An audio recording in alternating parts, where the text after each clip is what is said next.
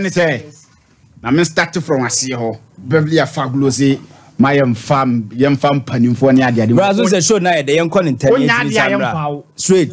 Onyadia, I am foul. Grace not a Nadia. They say, Onyadia, Mamma Docnoya, Onyadia, I am foul.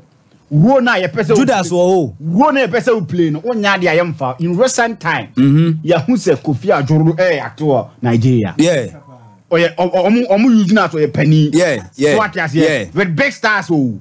Oh yeah, dear. Yahoo James Gardner Cohonia, dear. I'm just trying to say, oh yeah, dear.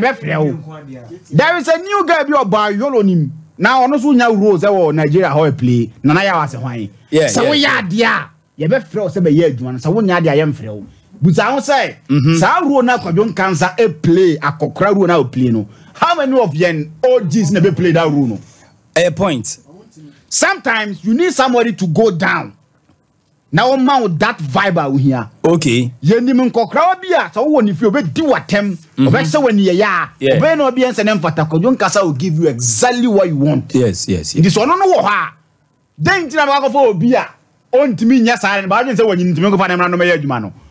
Ain't mean see.